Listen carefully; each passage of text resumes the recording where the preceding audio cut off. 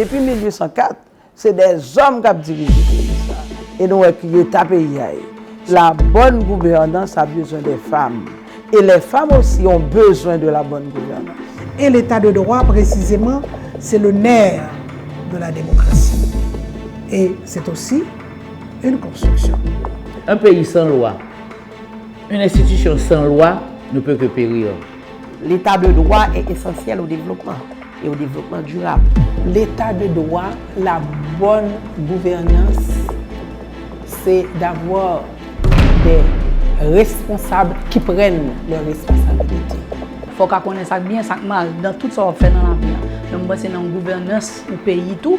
Il faut qu'on connaisse qui ça qui est bon et puis on cherche qui ça bon pour le pays, qui ça mène de l'autre côté. État de droit, c'est l'État qui est organisé. On l'État qui est en mesure pour aller à l'écoute de la population que nous représentons. Nous devrions non seulement faire appliquer les lois, mais nous devons remettre à l'ordre du jour ce qui s'appelle la moralité. La moralité de la chose publique. Un état de droit, c'est un état côté que l'État lui-même a respecté tête et que côté que tu as une reddition de compte, l'on bagaille mal fait, pas ta de casser feuille couvrir ça. Attention, état de droit, ça, il doit faire à partir de ces valeurs et de principes de droits humains. Parce qu'on doit avoir des lois, tout à fait en contradiction avec les principes fondamentaux des droits humains. Je crois qu'il y a plus une question en Haïti de pouvoir que de gestion de la nation.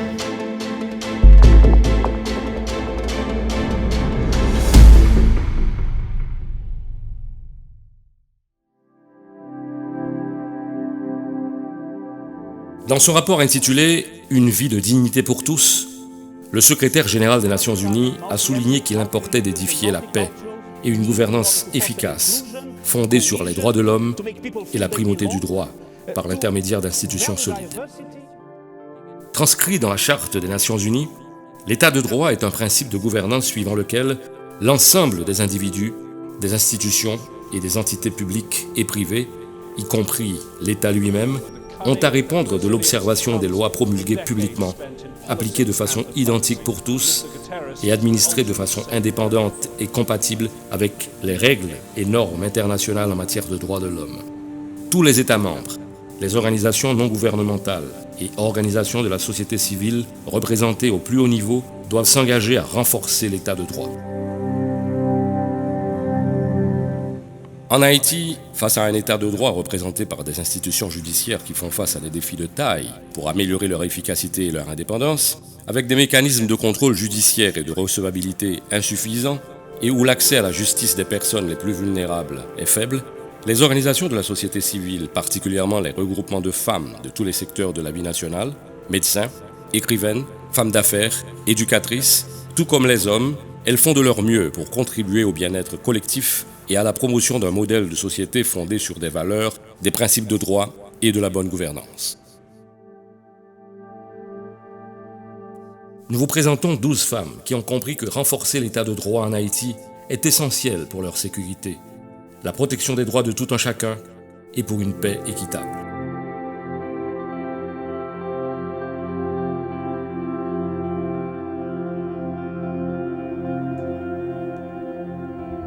Bien qu'il n'existe pas de recette pour faire d'un enfant un adulte engagé et responsable à l'avenir, ces femmes ont toutes été influencées de manière positive par le comportement de leurs parents et ou des proches.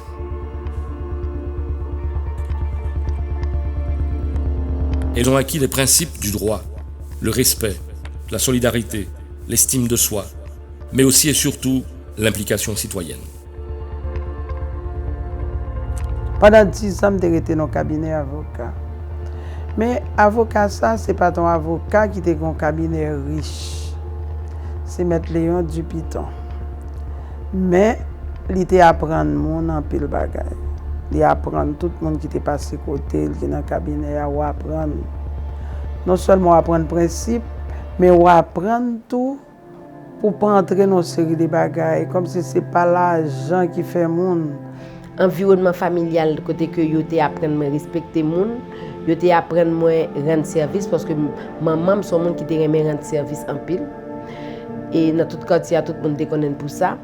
Environnement religieux me fait que moi respecter bon Dieu, moi gain la foi, moi connais que gain de situation, c'est moi même pour qui goumé pour me sortir là-dedans yo, mais gain de l'autre tout me pas faire rien sinon que me remettre yo avec monde qui plus grand passé maintenant. J'ai beaucoup de chagrin quand mon père a 98 ans. Peut-être quelques jours avant sa mort, une des choses, quelques jours et même quelques années avant, je voyais que de temps en temps, quand il réfléchissait, il me disait « Waouh, tu sais, je vais laisser un pays dans une situation pire que la situation dans laquelle je l'avais trouvé, tu vois. » Et puis, qui me disait souvent « Je compte sur toi, c'est-à-dire qu'il faut sauver des gens qui sont... On ne peut pas sauver tout le monde, mais il y a des choses que... C'est le combat. » Normalement, il faut me dire, grâce avec l'accompagnement pertinent, eh bien, ça permet que moi, j'ai nécessité pour moi plus proche population que ma vive là. Et c'est pas pour sans raison, puis devant nous capables comment garder à côté le sorti avec côté rivé. Participation dans l'église, il joue un gros rôle dans la vie politique moi. Bon, l'éducation que je recevais dans la famille, influencée certainement, mais tout parcours, tout, et spécialement l'expérience de travail que j'ai fait dans Radio Soleil pendant la période de dictature du Valia, j'ai eu un grand impact sur moi-même et ça permet de me découvrir une bonne réalité dans le pays et qui pourra le faire moi et intéresser en pile et dans la question de l'amour et tourner une éducatrice en droits humains. Dans la famille, pas malgré que j'ai un cousin ou cousine qui était plus grand ou même l'âge avec, si tu as une activité, tu as toujours une responsabilité. Donc, papa est un monde qui est très commandé. Et est-ce que c'est pour ça que mon petit Jean peut-être comme ça tout? Je ne sais pas. Mais. Comme ça. Quoique moi, je suis très timide. Moi, je pense que moi, très timide, même j'ai de l'audace. Je ne vais pas dire sans cœur pour ne pas prendre le mauvais sens audacieuse là. Même l'audace, je n'ai pas peur d'essayer. Ou pas, je me connais ou pas qu'à l'école. Moi, je connais nager pour sortir, c'est là que je connais de l'eau, dégage au sorti. J'ai grandi dans l'amour. Vous savez que l'amour, tu ne peux pas donner trop d'amour à un enfant. Mais en même temps, ma mère était sévère. Ok? Et j'ai grandi dans ce milieu-là. Et ma mère nous disait toujours qu'est-ce qui est important dans la vie. Premièrement, avoir foi en Dieu. Et deuxièmement, être éduqué, savoir choisir ses amis. Mais je pense d'abord qu'on est avec sa personnalité, mais que l'éducation manque aussi. Je dois dire que j'ai grandi au sein d'une famille où j'avais une grand-mère qui récitait sans arrêt des textes de théâtre. Elle récitait Paul et Virginie, le Cid, Horace. Donc, pendant qu'elle faisait à manger, elle était aussi traiteur. Pendant qu'elle faisait à manger, elle faisait la pâtisserie. Elle récitait, elle connaissait ses textes par cœur. Quand j'étais petite, j'avais un frère qui était au milieu des deux filles. Je suis la dernière, ma soeur aînée et mon frère. Et on nous a appris, écoutez, à privilégier le garçon. Mais par contre, ma grand-mère nous a dit une chose. Et ça, c'est ce qui m'a motivé. Non seulement je ne peux pas me permettre d'échouer, mais si je trébuche, je devais me remettre debout tout de suite. Et ne pas regarder en arrière. Toujours regarder en avant. Mais par contre, on m'a appris à ne jamais dépendre de quiconque. Et tu es femme, c'est vrai, mais ça ne veut pas dire que tu n'es pas un être humain et un être humain capable d'intelligence aussi bien qu'un homme. Toute ma vie, j'étais en contact avec les gens. Moi, je dis toujours, ma vie, c'est les gens. J'aime les gens. Et je n'étais pas un back-office, j'étais un front-office. J'accueillais les gens, je les écoutais, je les conseillais, je les aidais à rentabiliser leurs avoirs. J'ai appris aussi ce qui s'appelait la confidentialité, car dans le secteur bancaire, un impair à la confidentialité se paie très cher. J'ai grandi dans une famille de 11 enfants, dans laquelle il y avait des modèles et aussi une devise, servir là où tu peux, autant que tu peux, du mieux que tu peux. Celle-ci a été ma boussole tout le long de ma vie. Et qu'on se plaignait, qu'on n'aimait pas ceci, on n'aimait pas cela. Et mon père disait toujours, vous serez toujours heureux si au lieu de regarder en Haïti vers ceux qui ont plus que vous, qui représentent une minorité, vous regardez vers ceux qui ont moins que vous, qui représentent l'immense majorité de la population. C'est avec mes parents, surtout mon père, je dois dire, que j'ai pris conscience des inégalités sociales en Haïti.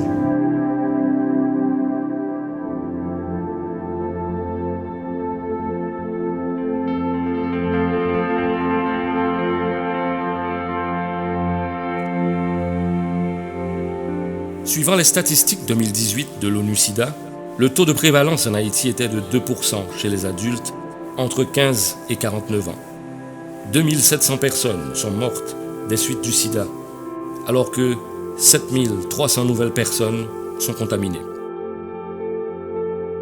Marlène Sanon, infirmière et directrice d'école, s'est créée du temps pour faire du bénévolat au centre Geskio. Elle aide les jeunes PV-VIH à retrouver confiance en leur donnant des séances de formation qui les aident à vivre au mieux avec la maladie.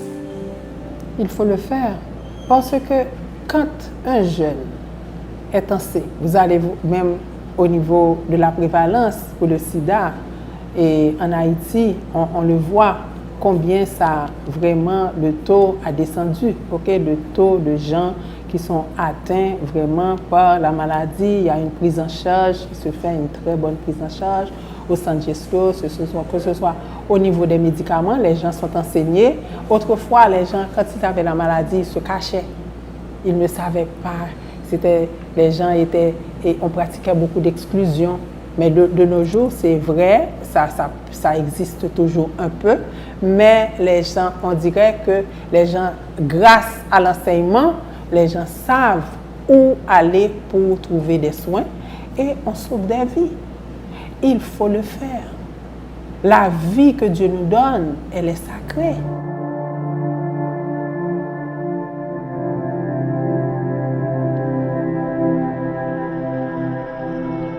La Société nationale des parcs industriels, SONAPI, un organisme autonome de droit public créé par décret le 22 octobre 1981, héberge 16 usines de sous-traitance pour plus de 11 000 emplois créés jusqu'à mai 2018.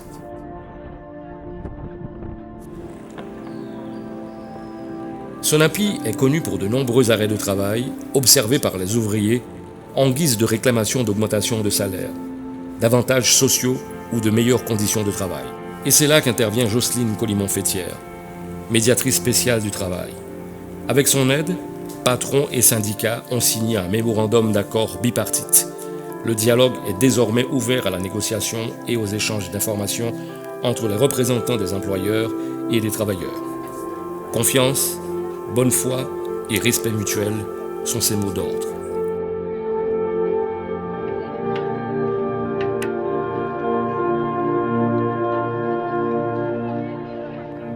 Dans mon travail actuel, quand je crée cet espace de dialogue, que j'arrive à mettre autour d'une table, patron, syndicats et ouvriers, je crois que c'est un pas dans la bonne direction.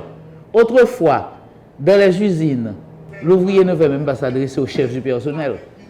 Mais maintenant, il sait qu'il y a un bureau de la médiation où il peut venir porter plainte et moi-même, je peux discuter avec le chef du personnel, discuter avec le patron. Le patron peut aussi venir porter plainte contre un ouvrier qu'il pense qu'il ne fait pas son travail. L'ouvrier peut aussi aller aux affaires sociales. Je crois que l'espace de dialogue où je suis maintenant a fait beaucoup de bien depuis 2012 à ce secteur.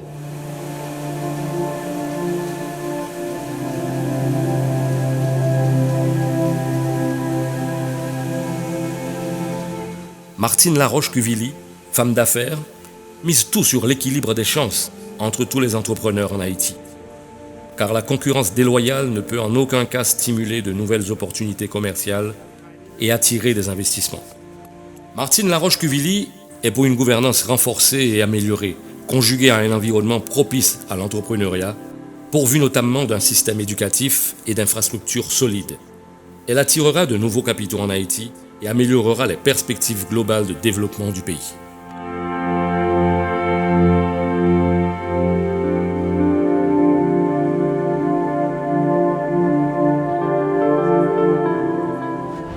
Bon, me parler au niveau de l'association. Moi, je crois que le secteur privé a un voix. Il n'y a pas quelqu'un qui pense qui met le secteur privé à mettre un nom qui est négatif pour lui. Le secteur privé, c'est des entreprises tant que moi, je me dis, mon la vallée. Ils mélangent le secteur privé avec un fait de bourgeoisie, que même comprendre ça veut dire. Bon, je ne vais pas me considérer peut-être aucun bourgeois. Moi, je travaille du grand-père, mais tout le monde qui fait mon arriver côté de lui. Donc, moi, je pense que comment moi impliquer moi dans l'association, c'est que nous toujours répéter même bagaille. On nous protéger l'industrie, on make sure que tout le monde travaille et selon les règles. On est qui a un avantage parce que nous a triché. Nous tous connaissons ça, a fait tricher à la donne. Donc quel que soit quel dans business qu'on bagaille, oui, ou capable de meilleur produit que moi. Mais problème à ça. Ça c'est de bonnes guerres. Moi qui dois avoir meilleur produit pour moi, marketing plus fort. Pas de problème à ça. Mais à faire tricher, moi pas là-dedans. Donc moi toujours bataille pour ça. Moi toujours bataille pour que l'industrie nous valorise. Nous avons pas paquet d'entreprises qui travaillent très dur pour faire des produits locaux, mais haïtiens pas quoi là-dedans. Donc c'est des bagages qui dérangent moi. Si moi suis capable de faire des bagages qui ont sorte de lobbying, on parle de gouvernance, mais c'est encourager et consommation locale là. Les cas si moun cap et marchand cap faire et cassave là, pas besoin d'acheter cassave dans market. Mais permettre ma entreprise et jouer une belle cassave, ok? Donc c'est ce genre de bagages ça qui intéresse moi et que moi pense que moi capable porter et pas de moi-même là-dedans. Un problème mesdames c'est dépendance économique là. Donc si vous pas montrer qui j'en pour faire pour sortir là-dedans, yo pas jamais sortir là-dedans. Donc moi-même moi pas jamais suspendre parler de ça, moi pas jamais suspendre encourager ça. Par exemple, dans Gonaïve côté m'a vivre, gon école professionnelle avec un groupe et un comité que nous mettons sous pied que le comité économique et éducatif de Gonaïve, eh bien nous fait des marches que dans l'école professionnelle là, gon filière que nous chercher sponsor pour yo, une filière en bâtiment, électricité domestique, mécanique autodiesel, climatisation, réfrigération, côté que c'est femmes seulement là-dedans. Nous te mettons sous pied une organisation qui relève Solidarité Femmes Gonaïve. Côté que nous faisons formation pour eux, nous faisons des formations en santé, éducation sexuelle, nous faisons en politique comme si montrer aux constitutions, etc. Nous faisons des opportunités, par exemple, tant que nous faisons des foires médicales, côté que nous permettent de consulter gratis. Et l'autre monde dans la communauté de consulter gratis. Nous faisons formation pour eux en genre, en élection, observation électorale, etc.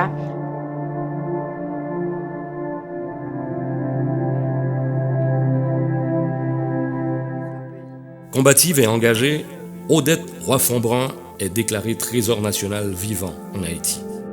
En 1986, à la fin du règne des Duvalier en Haïti, le pays était en pleine crise. Odette Roy-Fonbrun saisit l'opportunité et dévoile, en mars 1986, la solution à tous nos maux. Le combitisme, qui a une vertu réunificatrice. Car pour Odette Roy-Fonbrun, seule dans l'unité, Haïti peut arriver à briser les chaînes de la pauvreté. 7 ans après, la doctrine du combitisme lui a valu un award de Boston Combit Clinic en 1993. Icône de la littérature haïtienne, son serment éducatif et civique est sans conteste. Elle est la seule femme haïtienne, âgée de plus d'un siècle, à être publiée aux éditions Henri Deschamps.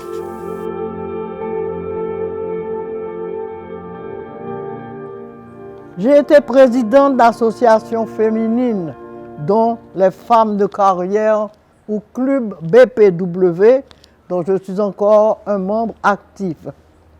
J'ai composé leurs chants qui prônent ce que j'ai toujours pratiqué, servir. Ainsi, quand nous sommes réunis, on chante « Servir est ma devise, dans le club. De retour en Haïti à la chute des Duvalier, la politique m'a attiré face aux problèmes à résoudre et surtout la grande division qui régnait, socialiste, communiste, capitaliste.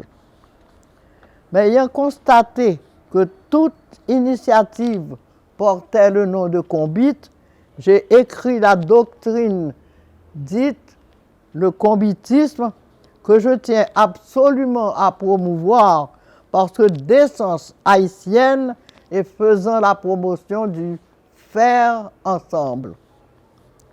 À ma grande satisfaction, un jeune de Cité Soleil l'a présenté comme thèse aux États-Unis en anglais.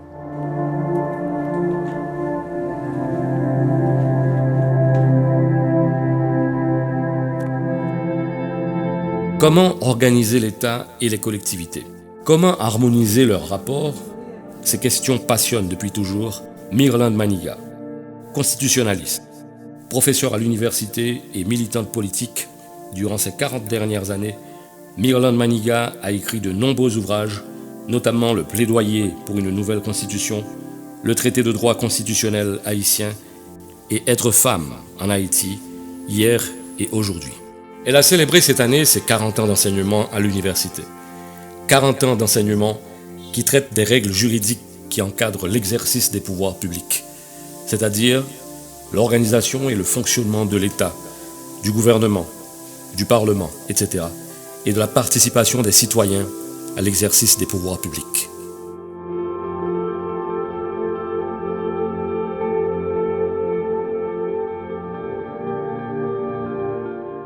J'enseigne.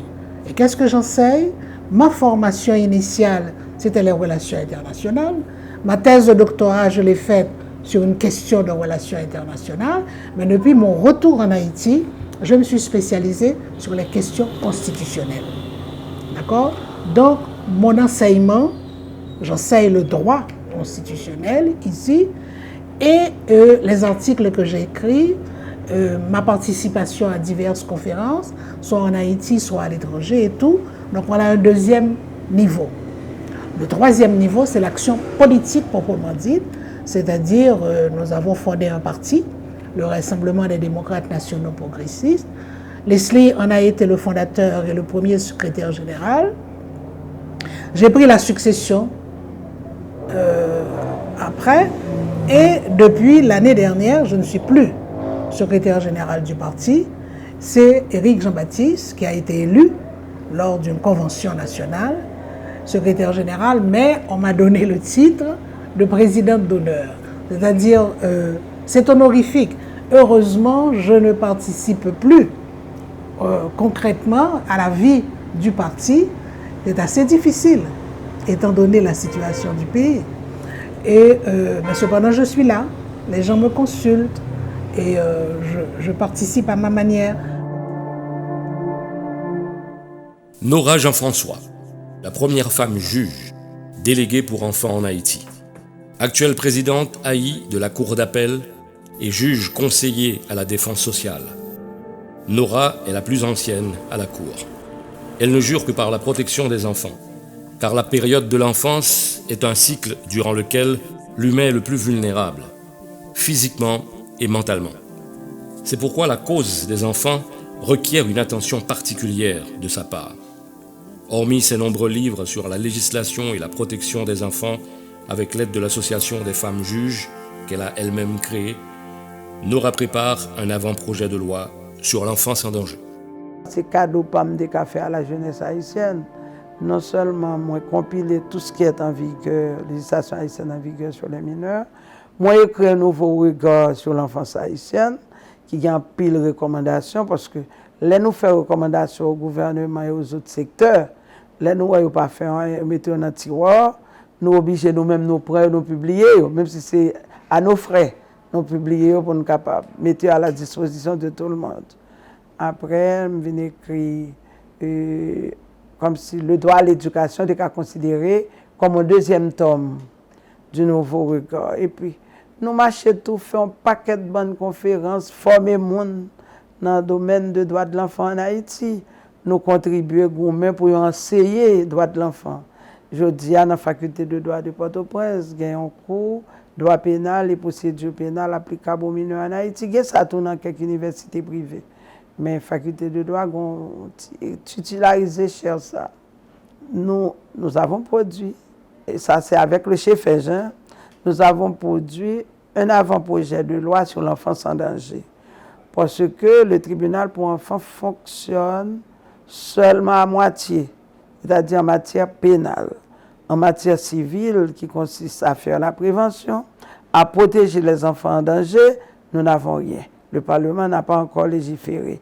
Comme nous constatons qu'il n'y a pas vraiment un intérêt, donc le CHEFEJ, l'association haïtienne des femmes juges, travaille sur un avant-projet de loi. Si Haïti adhère à la 4e Convention de Lomé et est partie prenante des États du continent africain, des régions de la Caraïbe et du Pacifique, c'est grâce à l'aide de Maryse Pénètre-Kédar. Elle est la fondatrice du Centre haïtien de leadership et de l'excellence. C'est une fondation qui identifie les gens dans le pays et qui travaille avec eux pour d'abord leur expliquer ce que c'est que ça, et l'état de droit et la gouvernance, et aussi ce que c'est que le leadership. Éducatrice, spécialiste en mathématiques, avec le concours de son père, elle a créé la Fondation Progrès et Développement qui plaide en faveur d'une éducation de qualité pour tous et spécialement les enfants les plus vulnérables. Hormis l'appui qu'elle donne à de nombreuses écoles, c'est elle qui a construit la première école de référence aussitôt après le tremblement de terre du 12 janvier 2010. Pour elle, les établissements éducatifs ont un rôle important à jouer afin de forger un nouveau modèle de participation avec les jeunes et cultiver un sentiment de responsabilité partagée pour notre avenir commun. Aujourd'hui, on a 600 élèves. Tous apprennent à l'école. Ils doivent apprendre à manger, ils doivent apprendre à se comporter en société, ils doivent faire du sport, ils doivent... On a un jardin, ils font du jardinage, ils font de la musique, ils ont une salle d'informatique. Donc cette école, je dois vous dire que c'est l'école de mon cœur.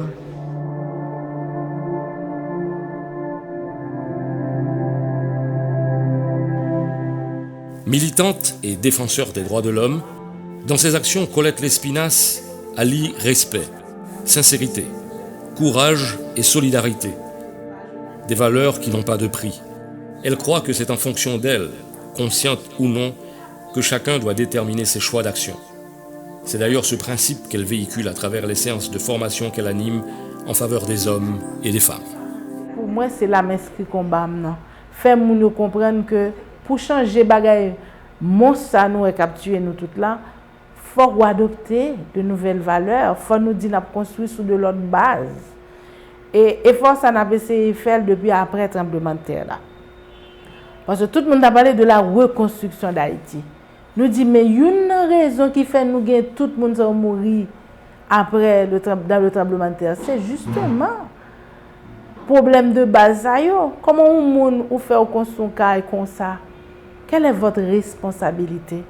Parce que il y a beaucoup de monde qui mourit, mais personne ne va dire quelle responsabilité que je gagne dans la mort. Ou ton ingénieur? Comment on construit? Ça ne suffit pas pour qu'on ait des normes, etc. Mais comment on construit? Est-ce qu'on pense? Ou son boss maçon? Comment on fait mélanger ciment là? Il y a des gens qui plutôt prennent ciment, le vendent et puis ils font n'importe qui se cause qu'à la tombe ou une responsabilité dans la mort mon yo. Donc un problème de conscience. Un paquet de bagages, la solidarité. Comment cabrete ou vivre un côté ou même ou une possibilité pour vivre et puis à côté là ou pas intéressé du tout par connaître comment l'autre petit monde yo fait pour aller à l'école si ou à l'école ou gen 2-3 machines à caillou ou pas une solidarité avec petit monde qui va à l'école tous les matins qui pas une possibilité machine pour même aider famille déposer à l'école. C'est tout ça pour nous construire, oui, pour nous changer le pays. La solidarité par rapport à côté nous vivre. Bon, ou pour nous nous ramasser fatra la caille ou pour le prendre fatra la caille pour la mettre devant porte ou l'autre monde. Donc c'est les valeurs qui a aidé nous changer, là, ça n'a commencé à réfléchir sous chaque acte que nous avons posé. Tout enfant a droit à un nom et à une nationalité. Et son acte de naissance est un droit par lequel l'enfant passe de la naissance biologique à l'existence citoyenne. C'est l'un des droits garantis par la Convention internationale des droits de l'enfant, ratifiée par l'État haïtien. Gerda Alexandre Benjamin est députée de la commune de Savanette, ville frontalière avec la République dominicaine. Là-bas, comme tant d'autres communautés rurales, les bureaux de l'état civil étaient inexistants. C'est ce qui a contraint Gerda Alexandre Benjamin à élaborer 2 lois, l'une sur l'égalité entre hommes et femmes et l'autre sur le fonctionnement de l'état civil. Alors, comme les gens qui sont sortis dans ma paysanne et qui vivent un problème majeur, et c'est un problème question état civil, eh bien, dans le 49e, nous travaillons sur une proposition de loi pour qui régulariser la question état civil là. Parce que nous-mêmes, Savanette, nous sommes victimes de problèmes. Presque nous avons une génération de gens qui n'ont pas de baptiste. Et c'est à travers de loi ça que nous avons des propositions de loi ça que nous avons déposées le 8 août 2013 qui t'a forcé que le président Martelly lui-même il était sorti décret qui pour demander et pour les gens qui n'ont pas de baptiste, il était 5 ans même Jean le président s'était fait l'était sous pouvoir pour régulariser les gens.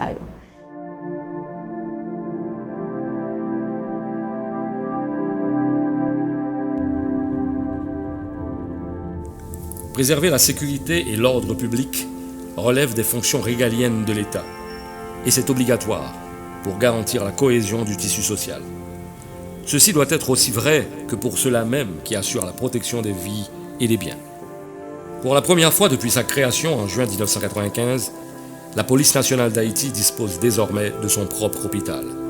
Un apport qui met en perspective l'intérêt de concilier la sécurité et l'ordre public avec la sauvegarde des droits fondamentaux de tous, et c'est l'œuvre du docteur Sinora Nassar, inspectrice générale de la PNH.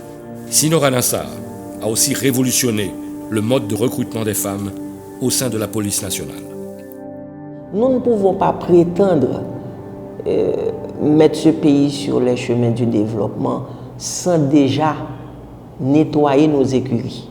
C'est-à-dire, n'accusez pas les voisins, ne cherchez pas de bouc émissaire.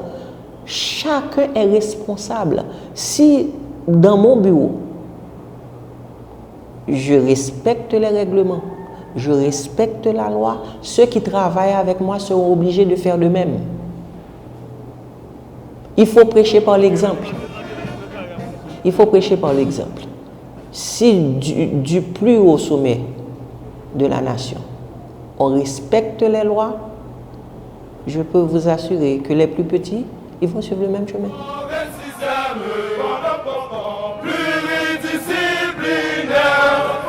Et je pense qu'au sein de la PNH, mon nom signifie quelque chose et on me donne le respect qui m'est dû.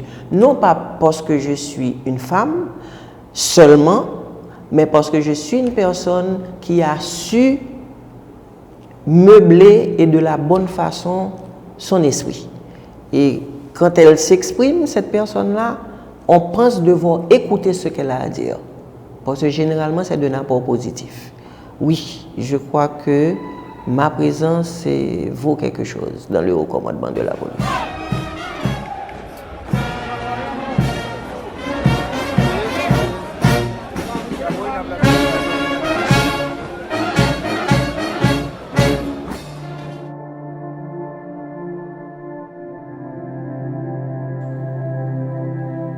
Si la liberté de vivre à l'abri du besoin et de la peur est essentielle, mais elle n'est pas suffisante, car tout être humain a le droit d'être traité avec dignité et respect. C'est la philosophie de Florence Jean-Louis Dupuis, celle que l'on surnomme l'avocate des plus faibles. Éducatrice et metteur en scène, elle utilise la littérature et le spectacle pour promouvoir le respect du corps de la femme. Oui, j'ai changé la perception à travers les monologues du vagin qui ont été joués sur toute l'étendue du territoire, bon, pas dans toutes les provinces, mais au nord, au sud, dans le centre et à l'ouest. Je pense que, oui, j'ai gagné ce combat-là, de permettre aux gens de percevoir le corps des femmes d'une autre manière. Mon vagin est en colère. C'est vrai, il en a ras-le-bol. Mon vagin est furieux, il faut qu'il parle. Il faut qu'il parle de toutes ces conneries-là. Il faut qu'il vous en parle. Avant mes monologues du vagin, en 2003, le corps des femmes était utilisé uniquement pour de la grivoiserie, dans les chansons, uniquement pour de la grivoiserie. Je pense que en jouant cette pièce, en la présentant, en la rendant accessible au public haïtien, parce qu'il y a un travail d'adaptation qui a été fait, en la rendant accessible au public haïtien, j'ai changé la perception du corps de la femme. Vagin. Vagin. Vagin. Ça, clairement, on ne sort pas de cette pièce de la même manière qu'on y est rentré.